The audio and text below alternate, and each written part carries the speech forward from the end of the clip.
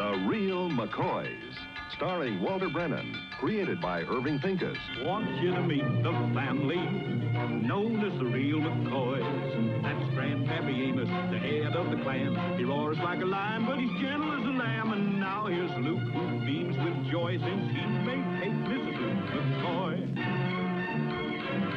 From West Virginia they came to stay in sunny California. Oh, Grandpappy Amos and the girls and the boys of the family known as the Real McCoys. There we was in each other's arms. Me and that doggone grizzly bear. Just a squeezing and a squeezing. Doggone grizzly bear? Must been 10, 15 feet high, looking down at me and a grinning. And them corn-sound teeth are shining in the sun. Was his corn-sound teeth sharp, Grandpa? Sharp? See, they were so sharp you could stick them through the eye of a needle without touching either side. Then what'd you do, Grandpa? What'd you do? Well, I didn't have much choice, considering I didn't have a gun or a knife, so I just outsquozed the ornery critter. Boy, you can just about do anything, can't you, Grandpa? Well, I reckon I ain't going to start lying to you now. Truth is, I can. You're just about perfect, ain't you? Well, I don't go around blowing my own horn. Amos, am I lucky to have a grandpa like you to learn from? I reckon I'm the luckiest fellow in the whole darn world. No, it ain't Grawdern, it's Gardern. Gar from Garley and Dern from Gardern. Oh, thanks, Grandpa. It's all right. I guess that's what Grandpa's is for. To learn the young'uns. That's the best way to do it, too, is be a shining example. Hey, boy? If you say so. I do, boy, I do. Senor Alva, what are you and little Luke doing? Well, what does it look like we're doing? We're fishing, that's what we're doing. Oh. Well, I think I better get you another barrel. There's no fish in this one. It ain't got nothing to do with it. Men don't just go fishing to catch fish. Goes fishing to catch up on his thinking. Little Luke, where you been? Kate's been wondering where you were. I'm right here. Well, you know it, but she doesn't. Now, you get in there and help her. Now, just a minute, girl. Since when is a female go ordering men folk around? Since when is a female go ordering men folk around? He'll be in when he feels like it. When I feel like it. Well, we'll just see what Kate has to say about this. Let's us men folk go in and see what the female wants. Yeah, let's us men folk go see what the female wants. What are you limbering for? Sure? Oh, my sciatic's hurting me. So's mine.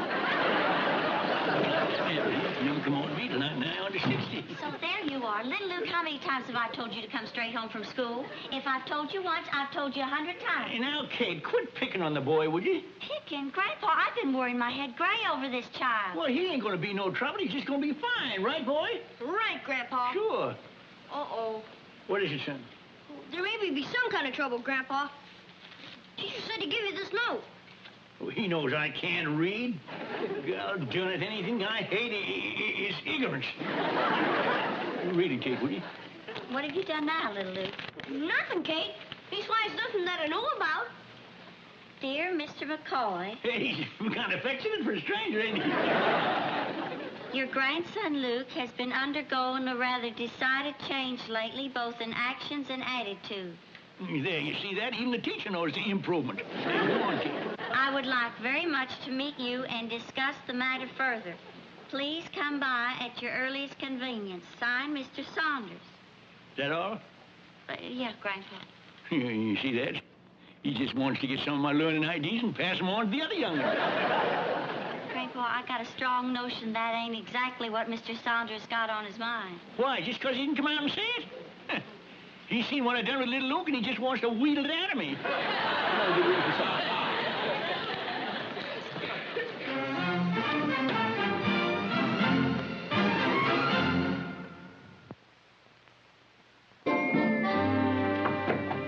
Come in. Howdy, Mr. Saunders. Yes? Well, I'll be glad to tell you how I done it. Of course, they ain't going to work on all the young'uns, because they got to have the makings to start with. Of course, it did come kind of natural anyways, because I've had him since he was knee-high to a sow's belly. A sow? Yeah, I learned him every gall blame thing he knows. And now, I ain't one to go around tooting my own whistle, but Anybody'd tell you if it weren't for Amos McCoy, why the boy wouldn't be worth his salt. McCoy. then you must be young Luke McCoy's grandpa. Not only his grandpa, and his pa, and his ma, and his wet nurse, and his teacher, and most important, I'm his shining example. Sit down, Mr. McCoy. Thank you. I asked you to come over here, sir, because I'd like to talk to you about your grandson. Yeah, I just wish his ma and pa was alive to hear this. You're making this very difficult for me. Well, ain't no need of you being shy about it. We just come out with it. We both know that little Luke is a fine, upstanding young fella. That's right, Mr. McCoy. And because he is such a fine boy, I'm sure you'll want to know that recently he seems to have come under a very disturbing influence. Oh, what? Where? Just show me the sidewinder and I'll kick the tar out of him. I bet it's one of them consigned females, I'll bet you. That speech of yours, Mr. McCoy, pretty well confirms two of my suspicions. Huh? About where little Luke gets his picturesque language and his rather antiquated attitude as regards the opposite sex. Mr. McCoy, Luke seems to think that girls are some sort of inferior beings who were put upon this earth for the sole purpose of being subservient to men. Now, can you imagine a boy of his age with such ideas? Yeah, he is kind of a whiz at that. Kind of scares you, don't it? And it scares the little girls, too. He pushes them right out of their place in line at the cafeteria. He calls them consarn females, and he tells them they'd better learn to know their gold-earned place. Now, do you think that's right? No, it ain't right. And if I've told him once, I've told him a dozen times. It ain't grow done, it's gall done. And these tall tales he keeps telling me about himself and about you. Now, just imagine squeezing a bear 15 feet tall to death with his bare hand. Well, now, that is a pretty tall one. All right, now, let's just add up what we have here. Here is a boy who uses unacceptable language. He treats little girls in a domineering manner, and he tells falsehoods. Now, perhaps this sort of thing is acceptable in your world, Mr. McCoy, but it is most certainly not acceptable here. Well, there's probably nothing that we can do about your influence on him, but there is something we can do about his influence on the other children. Well, now, just a minute. Are you trying to tell me that little Luke is a bad influence? No, Mr. McCoy. I'm telling you that you are.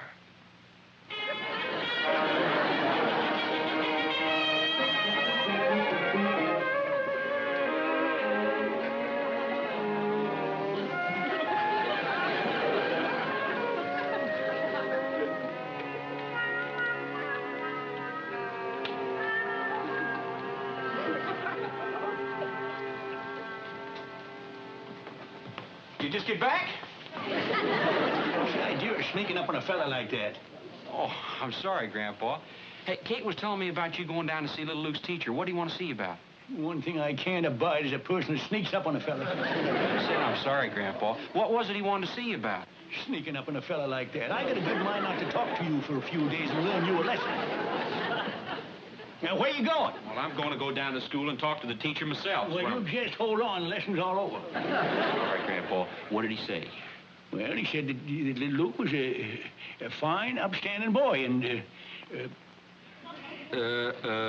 what else? just a big fuss over nothing. Besides, a man of my age has got a right to bust out now and then. What am I supposed to do when things go wrong or I feel cantankerous? I'm supposed to say, oh, pickles or something?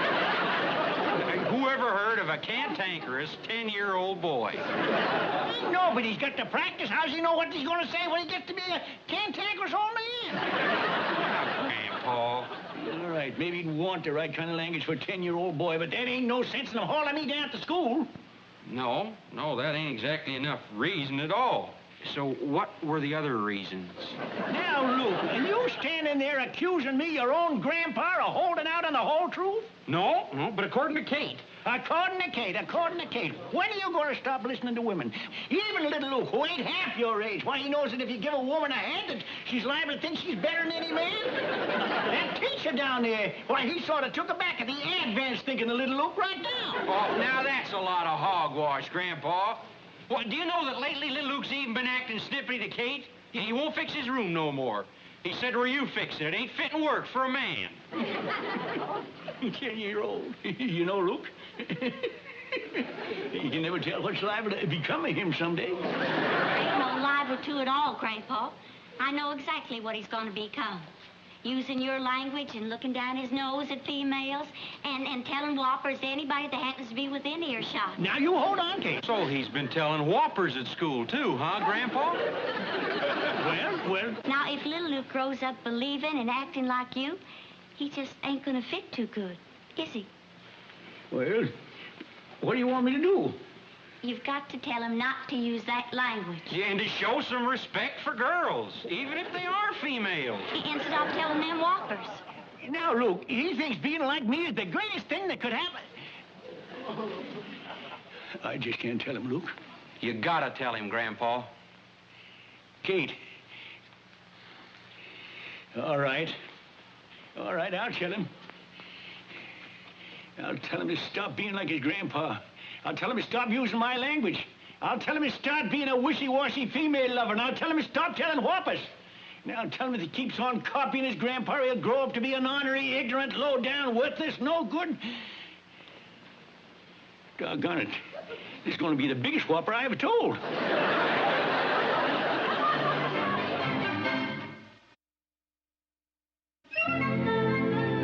Well, son, what I've been trying to tell you is you got to cut out using them words like garden and consign and words like that. Why, Grandpa? Well, because your teacher said... Well, you just ain't fitting.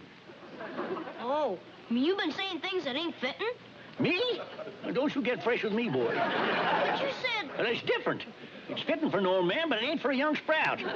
And that goes for treating females and telling whoppers. But why? But why? You ain't very bright this afternoon, are you? You're smart, Grandpa. But ain't an older man supposed to be smarter than a young boy? Of course. And ain't he supposed to teach a young one what's right and what's wrong? Like I just done for you. Grandpa, remember you told me the best way to teach a young one is by setting a shining example? Say, you've got a good memory, ain't you? Let me put it another way. I want you to be better than me. Better than you, Grandpa? Well... Better and perfect? Well, Or ain't you perfect, Grandpa? Of course I am, but just... Now, Luke, you can forget everything I just told you. I can? Yep. Because I just had me an idea that'll do the same thing without me telling you what they said I gotta tell you. What idea, Grandpa? You never mind, son. Oh, my sciatica. Gad, blamed ornery.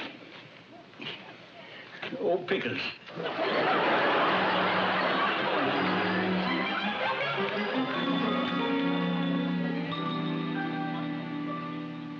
Here they come. Poor Grandpa. Hi, Luke. Hi, Kate. You don't look very poorly to me. No, you don't look near miserable enough. Grandpa, did you... It's all took care of. Oh, then you did. I said it was all took care of. But, Grandpa... Quit hounding me, boy. Well, I guess I'll go into my room and neaten it up, I might. You, Grandpa? Yep. But ain't that female work, Grandpa? Well, I'll tell you how I look at it, little Luke. Kate does so much for us, the only way we can show our respect and consideration for her is to help her out whenever we can. But ain't she liable to start thinking she's as good as us men folk? Who said she weren't? Almost. Wait, Grandpa. I'll help you. Grandpa neating up his own room? Now, what do you reckon he's up to, sugar babe? I know. Instead of telling little Luke Grandpa's going to be that shining example he told little Luke he was. Grandpa? A shining example?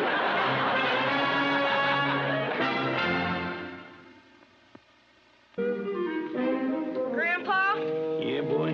Does this mean you've changed your mind about men being better than women? Well, of course not.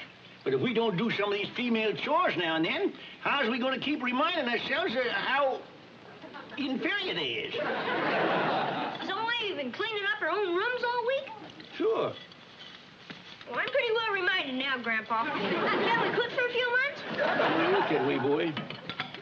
Hey, some more, Senor Grandma. Grandma. Oh, pickles. How come you don't use them regular words no more either? Oh, I just get tired of them, that's all. Fella sure can get himself in an awful rut using the same words all the time. Now, you try old pickles. Go ahead, try it. Oh, pickles. Don't I put a good feeling in your mouth? Turn to vinyl. Turned. There you go. Right back again to turned. Right back in the same old rut again. Now, come on. Try old pickles. Old pickles. Well? Ain't bad, Grandpa. Ain't bad at all. Old pickles. Yeah, I like it. There I was, alone and barehanded, facing a pack of hungry, snarling wolves. Whole pack, Grandpa? Well, it wasn't exactly a pack, but there's 4 or 5. Yeah. There I was, alone and barehanded, facing this 4 or 5 hungry, snarling wolves. So... Hey, Grandpa. There I was, alone and barehanded, facing a single hungry, snarling wolf. Barehanded? With just a pair of gloves on. And with the gloves, I was holding a gun. But there I was alone. Alone. Except for 6 or 7 friends. Facing that hungry, snarling wolf. Wolf? Well, all right. I was the one that shot that hungry, snarling gopher. That was a real nice story, wasn't it, little Lou? I didn't think so. I didn't either. And this is getting more than flesh and blood can stand, God darn it. Grandpa, you said... I don't care what I said. I've been talking in a certain way and telling stories and keeping a rein on females for nigh on to 65 years. And I'd feel like a low-down polecat of a hypocrite to try and change now. And that old pickles is fitting to my mouth as a pair of lacy pants on my old mule. Grandpa's gruel darn concern right.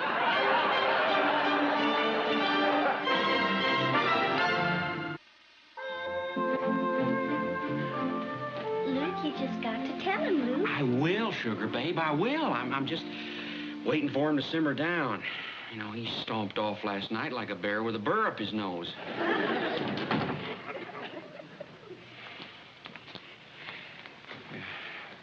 Grandpa. I ain't going to do it. I ain't going to break that boy's heart. Grandpa, are you sure it's his heart you're fretting about? Grandpa, we understand how you feel.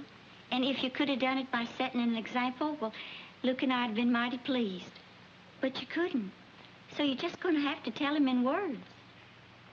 The boy looks up to me. He thinks I'm kind of... Did you ever see the look in his eye when he's studying me? And a man don't like to lose that sort of thing. I know, Grandpa, but you just got to tell him. I ain't going to tell him, and that's final. I don't see nothing so all-fired wrong about him wanting to be like his grandpa. Us McCoys has been abusing the language and telling whoppers and keeping women in their place almost since this country of ours has started. And there never was a McCoy man that come to a bad end, or a McCoy woman that left a man. I think that's pretty fair record. But times change, Grandpa, and... No, I ain't going to do it. I ain't never going back to that old Pine school. I ain't never going back. I'm glad I did it. Did what? What happened? Well, we had a little trouble today. I wish I could say it isn't serious, but unfortunately it is. Oh, what happened, Mrs. Saunders? I'd do it again if you said the same things about Grandpa. Do what again? What'd you say about me? I told him that some of the things he was learning from you were wrong. Then he said you could do no wrong, that you were perfect, and then he kicked me in the shins. You kicked him in the shin. Now, Grandpa, it ain't his fault now. Sit down, little.